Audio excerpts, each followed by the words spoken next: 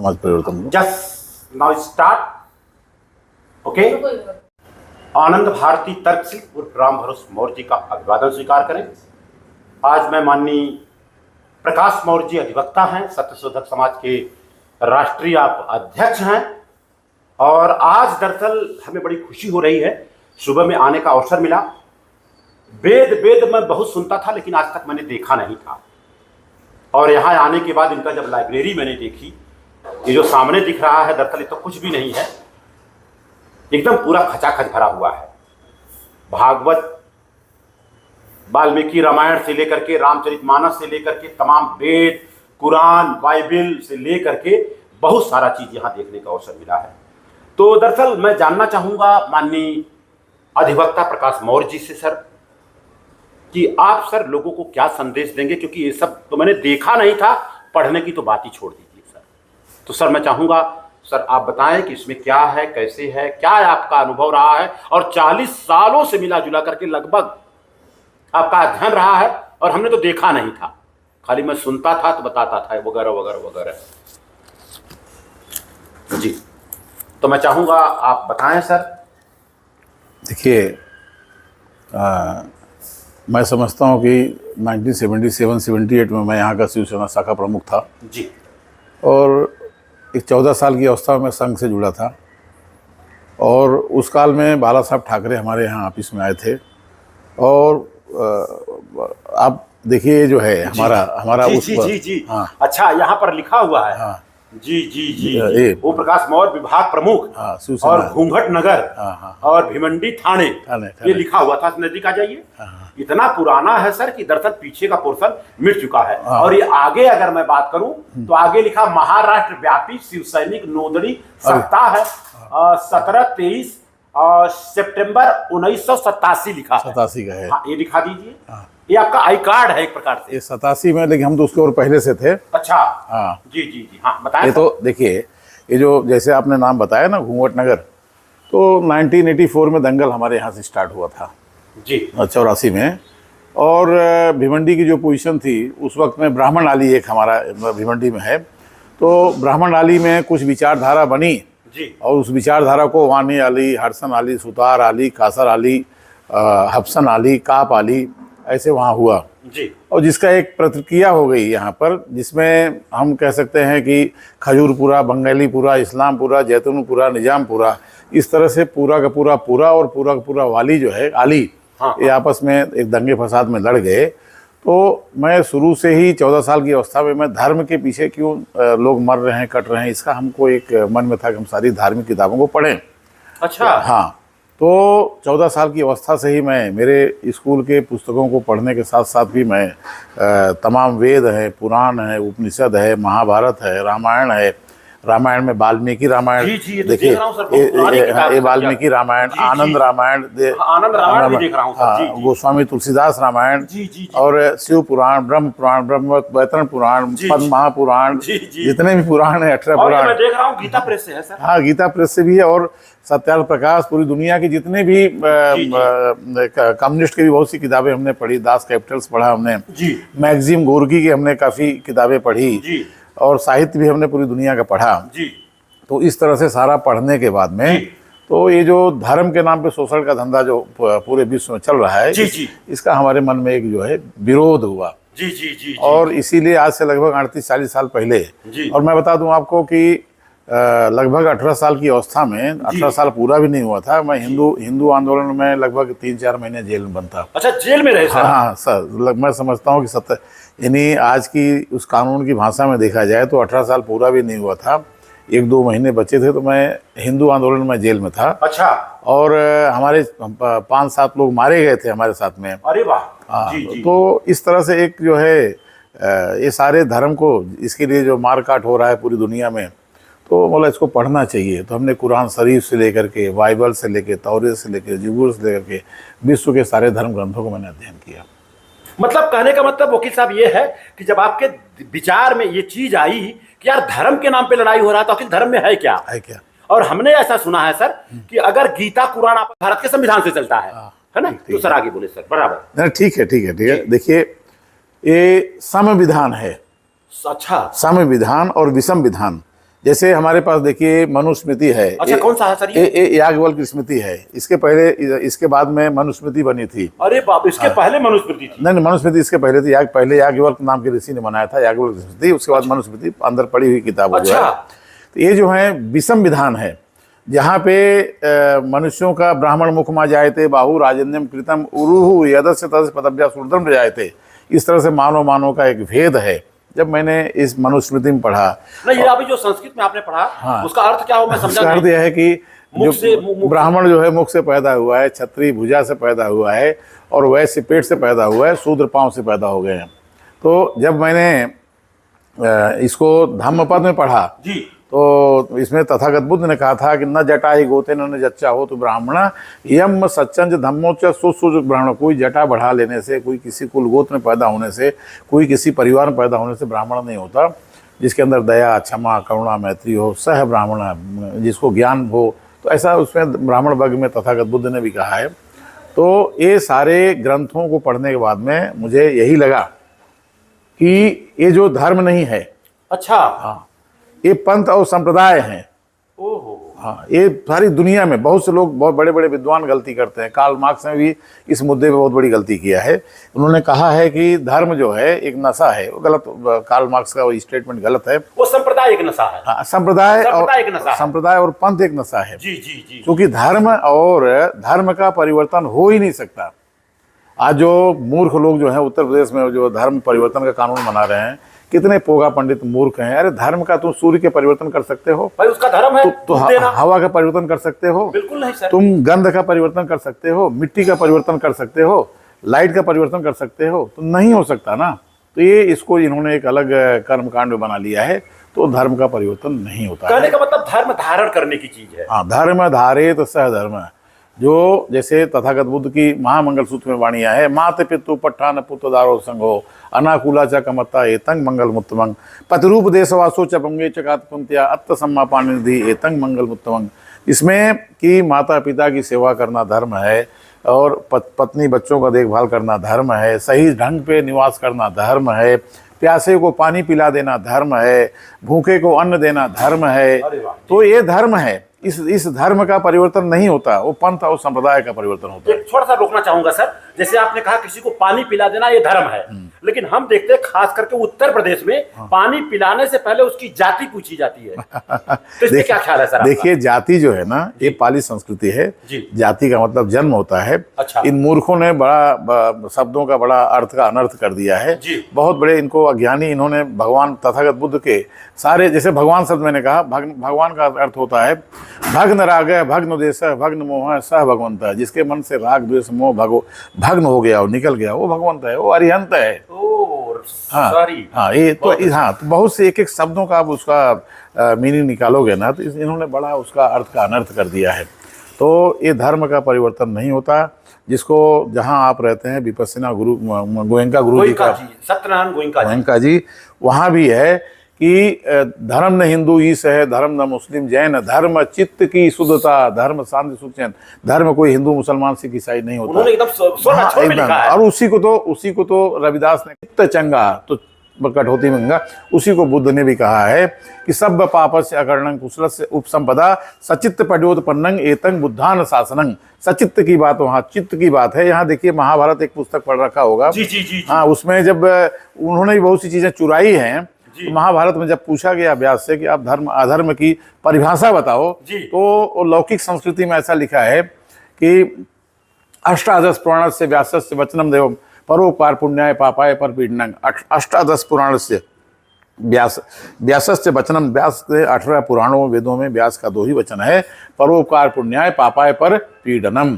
तो इतना साफ सुंदरा धर्म और धर्म की परिभाषा है। ये लोग मूर्ख लोग जो है धर्म परिवर्तन का कानून बना रहे हैं, धर्म परिवर्तन के ऊपर दुनिया भर की बातें कर रहे हैं। ये सब बेकार की बातें हैं। इस धरती, इस भारत भूमि, पूरे विश्व को धर्म, आज देखिए इजराइल में, ईरान में, इराक में सब धर्म के नाम लड़ रहे हैं। धर्म नहीं, वो पंथ और संप्रदाय है। धर्म तो जोड़ता है, धर्म तोड़ता नहीं है। इसके लिए इस धरती को ये युद्ध की नहीं, अब बुद्ध की जरूरत है। कहने का मतलब हमारे ये है कि हमारे जो प्रधानमंत्री हैं आज के वर्तमान में, जब भारत छोड़ के बाहर जाते हैं तब वहां कहते भी हैं कि मैं युद्ध के धरती से नहीं, हम बुद्ध के धरती से आया हूं। तब हमको समझ में आता है सर, इस दुनिया में अगर कोई शुद्ध है तो बुद्ध है। देखिए, आपके प्रधानमंत्री जी हैं जी, वो तो डबल ढोल पीटने वाले आदमी हैं। ऐसा क्या? उनका नाम जो है नर इंद्र दामोदर दास है। नरों में आपके प्रधानमंत्री इंद्र हैं, नरों में इंद्र है वो, और दामोदरों के दास हैं, अडानी अंबानी के दास हैं वो तो नर इंद्र दामोदर दास मोदी हैं वो। अब नर इंद्र हैं तो जो इंद्र हैं तो उनको तो उनके राज्य में उनको वेशभूषा, कपड़ा से लेके भोजन से लेके पहनावा तक सब वही चाहिए। तो प्रधानमंत्री जी वो नर इंद्र हैं, वो दामोदर के दास हैं। वो उसकी उनकी चर्चा ना करें, वो बोलते कुछ और हैं, करते कुछ और हैं। वो सबके विकास की बात करते हैं, सबको लड़ाने की बात करते हैं। वो भाई से परिवार की बात करते हैं, हिंदू से मुसलमान की बात करते हैं। पति से पत्नी को उन्होंने लड़ाया है कई राजनीति में। तो ये जो जिस पाठशाला से नरेंद्र मोदी जब पढ़ रहे थे तो मैं उस वक्त छोड़ चुका था पढ़ करके, भले हमसे उम्र में ज़्यादा हों। नहीं, हाँ, अब पूरे उतने होंगे। हाँ, नहीं, थोड़ा ज़्यादा होंगे हमसे। अच्छा। लेकिन बता दीजिए कि आरएसएस में, राष्ट्रीय स्वयंसेवक संघ में, बजरंग दल में, विश्व हिंदू परिषद में 18 साल की अवस्था में हिंदू आंदोलन में 4-4 महीने, 3-3 महीने कौन जेल में रहा है? कोई एक मिलेगा आपको? कोई उदाहरण मिलेगा आरएसएस बजरंग दल में? मैं 18 साल की अवस्था में मैं हिंदू आंदोलन में जेल में था।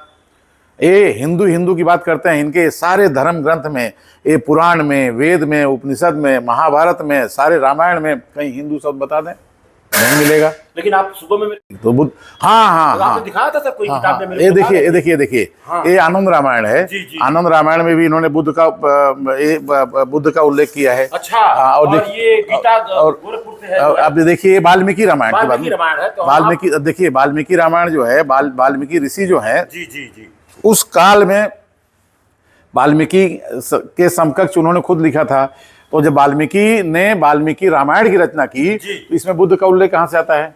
हाँ, वही समझ नहीं आना चाहिए। तो बुद्ध पहले की वाल्मीकि रामायण आप सोचिए कि अंडा पहले कि मुर्गी पहले? जी, सिंपल सी बात है। जब ये वाल्मीकि रामायण में ये वाल्मीकि ऋषि जो हैं वो ये बुद्ध की उल्लेख करते हैं, इसका मतलब बुद्ध के बाद सारी किताबें लिखी गई है। और दूसरी बात सर, मैं देख रहा हूँ जो सबसे मशहूर प्रेस है, गीता प्रेस गोरखपुर। हाँ, ठीक है। वहीं से आई हुई है। हाँ, उसमें मैं देख रहा हूँ काफी पुरानी किताबों को लेकर के आपने रखा है। मेरे पास तो मेरे पिताजी भी पढ़ने के बड़े शौकीन थे जी। वो एकदम ब्रिलियंट स्टूडेंट थे उस जमाने में, 8वीं में वो। तो उनकी बहुत सी किताबें धर्म की थी, मैं यहाँ पे रखा था। पुराने रामायण भी थे। सत्य शोधक समाज की जो स्थापना में मैं वहाँ जो घुसा ना, तो उसके पहले जो है मैं आर्य समाजी बन गया ये सब सारे पुस्तकों को पढ़ने के बाद में। अच्छा। मैं बोला स्वामी दयानंद सरस्वती की आर्य समाज की पुस्तक मैं जेल में उसको खूब पढ़ा, 2-3 बार पढ़ा। पुराने समुल्लास को पढ़ा तो वहाँ पे भी उन्होंने बड़ा अच्छा वर्णन लिखा था हर कम्युनिटीज़ का, बढ़िया। उन्होंने उसमें तो उन्होंने राम का, कृष्ण का, गौरी का, गणपति का विरोध किया है। अच्छा। आर्य समाज में मूर्ति पूजा का विरोध किया है। क्योंकि उन्होंने डाइवर्ट किया ना पूरा एकदम ऐसे। अच्छा। तो इस तरह से सारा जो है ये पढ़ने के बाद में हम समझते हैं कि इस धरती को जरूरत है। जी। अच्छा, मैं जानना चाहूंगा सर, इतनी सारी किताबों का अध्ययन करने के बाद मीरा रोड और भाईंदर, तो सर मैंने सर अपने आंखों से देखा था, हमें बहुत अच्छा लगा। 15 साल 18 साल पहले की बात है। मीरा रोड भाईंदर में आप सारी किताबों को लेके आए थे और वहां पर लोगों को बताया, मैं पढ़ के बताता हूं उसमें क्या लिखा है। लोगों ने विरोध किया, लेकिन हमने समर्थन इसलिए किया कम से कम जान तो जाऊं। और सर मुझे बड़ी खुशी हो रही है, ये सब किताबों को हाथ में लेने का मौका मिल रहा है। ये जो वेद की बात कर, खाली मैं वेद सुना था, लेकिन आज वेद देखने को मिल रहा है। मैंने मेरे जीवन में जी इस मिशन के लिए लगभग 35-40 साल जो वर्ष दिए हैं जी, और परिवार हमारा अच्छा था, पत्नी हमारी, सब लोग स्टैंड हो गए जी। और महात्मा फुले के सुनने के बाद, पढ़ने के बाद, उन्होंने जो अपनी पत्नी को पढ़ाया, परिवार को पढ़ाया, बहू को पढ़ा रहा हूँ, बेटों को पढ़ा रहा हूँ, बेटियों को पढ़ा रहा हूँ, उसका हमको बड़ा अच्छा लाभ मिला। और हमने उस लाभ को पूरे भारत के समाज को हमने उसको बांटने का काम किया। तो आज लगभग मैं बता दूं आपको, पूरे देश में मैंने 109 संस्थान बनाए हैं अब तक। उसमें एक संस्थान 100-100, 200-200 करोड़ की है, चाहे दिल्ली से लेकर के बुद्ध, जहाँ बता देंगे हम जो है 100। सर थोड़ा सा मैं रोकना चाहूँगा, मैं यहाँ आने के बाद आपका लाइब्रेरी अभी थोड़ा सा दिखाऊंगा मैं, नो डाउट। और दूसरी बात, इतनी सारी किताबों का जो आपने संग्रहण करके रखा है यहाँ पर, मैं दावे के साथ बोलता हूँ बहुत जगह जाने का मौका मिलता है, लेकिन ये किताबें नहीं मिलती हैं। लोग बात तो करते हैं बड़ी बड़ी, लेकिन आपने किताबों का अध्ययन करने के बाद तब लोगों को बताते भाई इसमें क्या लिखा है। अब ऐसा है ना, अब आज का ज़माना जो है व्हाट्सएप का ज्ञान है। जी जी हाँ, व्हाट्सएप पे ही सब अपनी अपनी बुद्धि को ढकेलते रहते हैं जी और वहीं सब सारा काम करते रहते हैं व्हाट्सएप पे ही। जी जी तो अब चूंकि व्हाट्सएप पे जो लोड होता है, जो बताते हैं, जो सुनाते हैं, वही तो करते हैं। उन्होंने कुछ तो कहने का मतलब मोटी मोटा सर, हम लास्ट में यही कहना चाहूँगा कि माननीय सत्यनारायण गोयनका जी, जो कि ऑलरेडी जैसे मैंने जाना है, जो विपस्सना सेंटर उन्होंने इगतपुरी में खोला सबसे पहले, और उन्होंने जब विपस्सना किया, विपस्सना करने से पहले लोगों ने क्या क्या नहीं कहा बुद्ध के बारे में। उनके माता पिता ने कहा कि नहीं भाई, वो छोटी जातियों का भगवान है, लेकिन मरता क्या नहीं करता। और जब विपस्सना उन्होंने 14 साल तक किया, तब अपने गुरु को गुरु दक्षिणा देना चाहते थे, ध्यान रखने वाले थे। बिल्कुल, तब उन्होंने कहा भाई हमें गुरु दक्षिणा में क्या चाहिए, ये विद्या भारत से आई है, वापस भारत में जाना चाहिए। तो सर आपको हम बता दूं, विश्व विपस्सना पगोड़ा गोराई जो पगोड़ा बना है, दुनिया का सबसे अजोबो चीज वहां पर बना है सर, बहुत बढ़िया से मिलता है। और उसकी अगर एंट्री फीस 500 से 1000 रख दिया जाए तो कम है, लेकिन एंट्री फीस 1 पैसा भी नहीं है। अभी तो वहां पर म्यूजियम भी बना दिया सर। तो सर इसी के साथ बात, मैं संदेश यह देना जी, चाहता सर। हूँ कि ठीक है, गोयनका गुरुजी हैं, जी लेकिन और अलेक्जेंडर कनिंघम जी, जैसे तो बहुत सारी बातें हमारी आपकी हुई माननीय प्रकाश मौर्य जी। तो संदेश क्या देना चाहेंगे लोगों को, संदेश क्या देंगे आप? मेरा संदेश यह है कि पंथ और संप्रदाय के नाम पे पूरी दुनिया लड़ाई न लड़े, और धर्म के नाम पे, जो मानवता के नाम पे पूरी दुनिया इकट्ठी हो। और मैं भारत भूमि के तमाम लोगों को मैं संदेश देना चाहता हूँ कि आने वाले 17 सितंबर को बोध गया की मुक्ति, जो वहाँ पर जो मनुवादी व्यवस्था के लोग उसको कब्जा किए हुए हैं, हम लोग पटना के गांधी मैदान में हम 5 लाख से ज़्यादा लोग वहाँ इकट्ठे हो रहे हैं। और जिस तरह से आज जो है ये बीजेपी सरकार ये वक्फ बोर्ड के नाम पे लड़ाई की बात कर रही है। कौन सा वक्फ बोर्ड, अच्छा, हाँ, मुसलमानों की संस्था है। अच्छा, हाँ, उसको भी ये जो है उसमें भी दखलंदाजी देना चाहते हैं। अच्छा, तो हम चाहेंगे कि भैया कि आपके पूरे भारत के जितने भी मंदिर हैं, मठ हैं, अच्छा, उन धनों को राष्ट्रीयकरण करो, जिस तरह से इंदिरा गांधी ने सारे बैंकों को राष्ट्रीयकरण की थी। हाँ, ये भी हम संदेश देना चाहते हैं। और हम ये संदेश देना चाहते हैं कि हमारा जो है 90% लोग जो हैं अब अपना नोट अपनों को, अपना वोट अपनों को ध्यान में रखें। मैं यह भी संदेश देना चाहता हूं कि हमारे अपने लोग जो हैं कमेरा और लुटेरा वर्ग, अच्छा 2 वर्ग है। हाँ, कमेरा और लुटेरा है। अच्छा, दूसरा एक वमन है, एक समन है। तो एक हराम का खाने वाला, एक हलाल का खाने वाला। तो मैं ये संदेश देना चाहता हूँ कि ये जो वमन वर्ग है, जो लुटेरा वर्ग है, उसके डॉक्टर्स हैं, उसके वकील्स हैं, उसकी दुकानें हैं, उनके जितने भी संस्थान हैं, उनका बहिष्कार करो। और हम जो कमेरा वर्ग है उनके यहाँ अपना हर चीज़ का लेन देन का व्यवहार करो। जी। और मैंने सुना सर कि ये जो क्रिश्चियन लोग होते हैं, ईसाई लोग होते हैं, कोई एक वैज्ञानिक रहा उस जमाने में, उन्होंने कहा कि भाई ये सूरज नहीं डोलता है, हाँ, डोलती है। हाँ, तो वो धर्म को लेकर के सर क्या कहना है? देखिए, वो एक महान वैज्ञानिक कोपरनिकस था जी। तमाम जैसे सुकरेट को विष दे दिया, किसी को जिंदा जला दिया जी। तो जिस तरह से हमारे धार्मिक पुस्तकों में लिखा था कि सूर्य 7 रथों के घोड़े पे बैठ करके चलता घूमता है जी। और उसी तरह से इनके बाइबल में भी लिखा है कि सूर्य घूमता है, पृथ्वी स्थिर है। तो कोपरनिकस नाम का महान वैज्ञानिक, उसने पहली बार ये खोजा, नहीं सूर्य स्थिर है और पृथ्वी घूमती है। तो जब यह बातें धर्म के ठेकेदारों को मालूम पड़ा तो उन्होंने राजा के सामने लाया। तो राजा के सामने लाने के बाद में तब राजा ने बोला, तो उन्होंने कहा कि ये मेरा खुद का रिसर्च है, खोज है। तो आखिर में उन धर्म के ठेकेदारों के माध्यम से उस महान साइंटिस्ट को, वैज्ञानिक को इन लोगों ने जिंदा जला दिया। अच्छा, अरे तो ये तो एक उस जमाने में उन्होंने जलाया। आज सिद्ध क्या हुआ? देखिए, अब आज तो सब जो महान वैज्ञानिक जी जो कह रहे हैं जी, जो आज के जो महान वैज्ञानिक जो जिन्होंने जो खोज किया है, देखिए कि अब आज के जो महान वैज्ञानिक हैं, ये 33 कोटि कोई देवता होता है नहीं। आज के देखिए, एक फैन है, ट्रेन है, ट्राम है, बिजली है, हवाई जहाज है, मोबाइल है, मोटर है, जो भी चीज़ों का, इवन ये पेन तक का आविष्कार, आपका जो चश्मा पहने हो इसका आविष्कार सब विदेशी, सब साइंटिस्टों ने किया है, जो असली देवता है। तो आज लोग असली देवताओं को भूल रहे हैं, नकली देवताओं को याद कर रहे हैं। तो ये सिर्फ वहीं की बात नहीं है, हमारे यहाँ भी तो तमाम ज्ञानी विज्ञानी को जलाया गया, मारा गया। ये देखिए, ये वाल्मीकि रामायण में शंबुक नाम का एक महान ज्ञानी था, उसको उन्होंने उसको मार दिया। इस तरह से कितने लोगों को इन्होंने हत्याएं की। भारत में आज भी हत्याएं हो रही है। आज जो है डॉक्टर बी आर अम्बेडकर जैसा युग पुरुष, उनको स्कूल में बैठने नहीं दिया, उनको पढ़ाने नहीं दिया, उनको पढ़ने नहीं दिया। आप APJ अब्दुल कलाम जो हैं, एक छोटे से गांव के स्कूल में मदरसे में बैठ करके वो आगे आए हैं और विश्व का इतना बड़ा काम कर दिया। तो यहाँ तो पूरा ये जो है ये अवैज्ञानिक, अनसाइंटिफिक, जो अतार्किक अशिक्षा हम कहेंगे, वो शिक्षा नहीं है, अशिक्षा है। आज शिक्षा होना चाहिए, यहाँ पे वैज्ञानिक शिक्षा होनी चाहिए। ये सब तमाम चीज़ों के यहाँ क्रांति की ज़रूरत है हमारे इस देश में। और जैसा कि मैंने जाना सुना है कि भारत के संविधान के आर्टिकल 51 में लिखा है कि हम बच्चों में वैज्ञानिक सोच पैदा कर सकते हैं। बहुत सारी चीज़ें हैं, लेकिन जब विज्ञान की बात, संविधान की बात आती है, स्कूल तक तो वहाँ सीमित रहता है। जैसे घर पे जाते हैं सब मामला गड़बड़ा जाता है।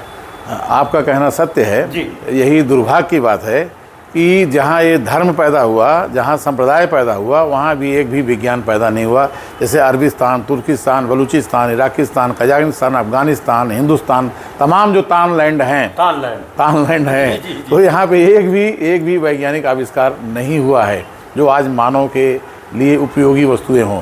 तो उसका सबसे बड़ा कारण यह है कि बच्चों में जो बाबा साहब ने लिखा है संविधान में कि इस तरह की शिक्षा होनी चाहिए, तो वो शिक्षा नहीं हो रही है, जिसकी वजह से एक भी खोज हमारे देश की नहीं हुई। अच्छा, मैं आपसे एक प्रश्न पूछता हूँ कि जीरो का आविष्कार किसने किया? ऐसा बताते हैं लोग, आर्यभट्ट ने ऐसा बताया, जो हमें जानकारी है। आर्यभट्ट कब पैदा हुए? अब सर उसके बारे में बहुत जानकारी नहीं है, लेकिन ये पता चला कि शून्य, जैसे बताते हैं कि भाई जो है कि 10 मुंडी रहा। नहीं, आर्यभट्ट का पैदा हुआ। अब उसके बारे में हम पूरी आर्यभट्ट जो है, लगभग बताते हैं कि नेट पे भी वैसे भी सबसे पूछोगे तो लगभग 1200-1300 साल पहले हुआ है, नहीं 1000-1500 साल पहले हुआ है आर्यभट्ट। अब प्रश्न यह आता है कि अगर आर्यभट्ट ने आविष्कार 1000-1500 साल पहले शून्य का किया, तो फिर ये महाभारत में 100 बच्चों की गिनती कहाँ से आई? मतलब 100। रावण के 10 मुंडी की गिनती कहाँ से आई? जीरो कहाँ से आया? या 2000 साल पहले नालंदा, तक्षशिला, विक्रमशिला, उदंतपुरी, वल्लभी, अनंतनाग जैसे असंख्य यूनिवर्सिटीज़ की स्थापना कैसे हुई? तो इसी तरह से कि भारत में कहते हैं कि जब जीरो का भारत ने दिया तो दुनिया गिनती आई। कितना मूर्ख बना रहे हैं। अच्छा। हाँ, जीरो भी आविष्कार ये आर्यभट्ट ने नहीं दिया है। इसके लिए हम कहते हैं कि एक भी खोज हमारी अपनी नहीं है। हाँ, तथागत बुद्ध के काल में जो, और सम्राट अशोक के काल में जो इतनी बड़ी बड़ी यूनिवर्सिटीज़ थी, इतना बड़ा शिक्षा का जगत था, उसको ये लोगों ने जलाया, उसको विनष्ट किया, नष्ट किया। ये धर्म के, ये संप्रदाय पंथ के ठेकेदारों ने। इससे हमारे इस देश के ज्ञान का बड़ा नुकसान हुआ। इसके लिए यहाँ कोई खोज नहीं हुई। और हमने सुना था सर, उस ज़माने में, सम्राट अशोक के ज़माने में, सम्राट अशोक ने 84,000 बौद्ध स्तूप, विद्यालय बनवाए थे सर। देखिए, और जैसे सारनाथ जो खुदाई हुई, क्या हुआ, तब अपने को पता चला। और अभी अभी हम कैनरी गुफा देखते हैं सर, कैनरी गुफा में पता चलता है वो सम्राट अशोक के ज़माने का बनाया हुआ 5000 एकड़ में विश्वविद्यालय रहा। देखिए, मैं बता दूँ आपको कि उस काल में 10 गणराज थे। अच्छा। शाक्य, मौर्य, कोली, लिच्छवी, विशाली, विदेह, अलकप, भग, मल्ल, रट्ठ, ये 10 गणों के राजा इकट्ठा होकर के उनमें से गणपति चुनते थे, जिसको हम गणपति बप्पा मौर्य कहते हैं। अच्छा, तो मौर्य आया है लास्ट में। अच्छा। और आपके इस वैभवशाली जो गणपति इतिहास, उसको नष्ट किया इन्होंने। 10 अखाड़े बनाए। आनंद अखाड़ा, आनंदी अखाड़ा, निर्मोही अखाड़ा, अटल अखाड़ा, अग्नि अखाड़ा, नाग अखाड़ा। इस तरह से इन्होंने आपके उसमें बनाने वाले जो हैं, एक कुमारिल भट्ट है, याज्ञवल्क्य है, मनु है, और ये जो क्या नाम उसका देखिए, पुष्पमित्र शुंग है। तो ऐसे तमाम लोगों ने ये 10 अखाड़े बना करके, और ये जो है 10 राज्यों का, 10 गणराज्यों को इन्होंने विनष्ट किया, नुकसान किया। तो इन्होंने बहुत बड़ा नुकसान कर दिया है हमारे इस मुल्क का, हमारे इस देश का। और जहाँ तक बात आती है सम्राट अशोक की, सम्राट चंद्रगुप्त की, तो पूरे विश्व में हाँ ठीक है, अशोक का संचित इतिहास है। हाँ ठीक है। चंद्रभान मौर्य जी ने लिखा सर, बड़ी जबरदस्त किताब है। हाँ ठीक है। देखिए, फिर भी मैं बता दूं कि जो बहुत सी चीज़ें इस पर नहीं भी लिखी गई होंगी, मैं वो बता दूं आपको कि इनके जो पितामह थे सम्राट चंद्रगुप्त, जिन्होंने 50 साल की अवस्था में, जब उनके राज्य में सूखा पड़ा था, उन्होंने अपने उस विशाल राज्य को, जो सूर्य ने, मतलब जहाँ तक सूर्य जो है, जैसे बोलते हैं कि एक जगह निकला दूसरी जगह डूबा, मतलब जैसे अंग्रेजों का बोलते हैं, तो इतना बड़ा राज्य था सम्राट चंद्रगुप्त का। उन्होंने अपनी तलवार को छोड़कर उर्वेला कर्नाटक में जाकर के उन्होंने 50 साल की अवस्था में उन्होंने संखारा किया। संखारा का, चंद्रगुप्त मौर्य ने। हाँ हाँ वहाँ पर मैं गया हूँ सर एक बार। हाँ हाँ हाँ। कौन सा गोला बोलते हैं उसको? हाँ, उसको बेल गोला ऐसे बोलते हैं। हाँ मैं गया हूँ सर। हाँ सुनिए वहाँ पर सुनिए। उन्होंने समाधि ली ऐसा लोग बताते हाँ, हैं। समाधि नहीं, ऐसा कि जब उनके उस काल में अकाल पड़ा, अच्छा। दुष्काल पड़ा, प्रजा भूखों मरने लगी, तो उस राजा को इतना बड़ा क्षुब्ध हुआ, उसने हथियार छोड़ा, अपने पुत्र बिंदुसार को उन्होंने राजा बना करके वहाँ से पैदल निकल गया, और उन्होंने 1 महीने अन्न जल छोड़ करके उन्होंने अपने आप को संखारा किया। उन्होंने जैन तरफ प्रवर्तन ज़्यादा उनका था। जी जी जी। तो बताइए, पूरी दुनिया में 50 साल की अवस्था में तो लोग शादी ब्याह कर देते हैं, 50 साल की अवस्था में इतना बड़ा राजा, इतना बड़ा राज्य को छोड़ करके अपने जीवन को ख़त्म कर दिया। तो ये सम्राट चंद्रगुप्त इतना बड़ा महान, सम्राट अशोक इतना बड़ा महान, बुद्ध इतने बड़े राजा, हाँ बताइए 50 साल तक वो जंगलों में रहे ज्ञान की खोज में। तो ये कोई जो ज्ञान है, विज्ञान है, भारत भूमि से खोजे, जिसको इन ब्राह्मणी व्यवस्थाओं ने नष्ट कर दिया, जिसको अनागारिक धम्पाल, जिसको हम कह सकते हैं, देखिए यूरोप के जो इन्होंने उत्खनन किया था, अभी हमने नाम लिया उनका, अनागारिक धम्पाल के साथ में वो हालांकि सब ए से ही नाम पड़ता है, और तो अंग्रेजों ने उत्खनन करके उनको खुदाई किया, खुदाई करके पता लगाया निकाला। जी। और तब बता दूं आपको, तब इस्लाम था भी नहीं, लोग कहते हैं मुसलमानों ने जलाया। हाँ ऐसा सुना था। जबकि इस्लाम और क्रिश्चियन से पहले, अच्छा, आज से 2600 साल पहले जो ईसा मसीह थे, ईसा मसीह ने दया क्षमा करुणा मैत्री की बात की, तो 2600 साल, उनके 600 साल के बाद में ईसा मसीह, बुद्ध के 600 साल के ईसा मसीह, उन्होंने दया क्षमा करुणा की बातें की, और बुद्ध के 600 साल के बाद में ईसा अलैहिस्सलाम, हजरत मोहम्मद साहब, इन्होंने वही तमाम बातें की। उसी को महात्मा ज्योतिबा फूले ने सत्य शोधक समाज के रूप में बनाया। वाह वाह वाह। जो 150 साल पूरे हो रहे हैं। और ज्योतिबा राव फूले को बाबा साहब डॉक्टर भीमराव अम्बेडकर ने अपना गुरु माना सर। ज्योतिबा फूले, ये जो किताबें हमने पढ़ा है, सारी किताबों को उन्होंने पढ़ चुके थे। जी जी। ज्योतिबा फूले ये पुणे कंस्ट्रक्शन के बहुत बड़े मालिक थे। महात्मा ज्योतिबा फूले उस काल के जमशेदजी टाटा का 2 लाख का टर्नओवर था, तो उनका 20 लाख का टर्नओवर था, यानी जमशेदजी टाटा से 10 पट बड़े पैसे वाले थे। जी। सोचिए कितने बड़े थे ये लोग, कितने महान थे लोग। जी जी। चलिए, तो सर इसी के साथ बातों को विराम दिया जाए। काफ़ी बातचीत हुई और बड़ा अच्छा लगा।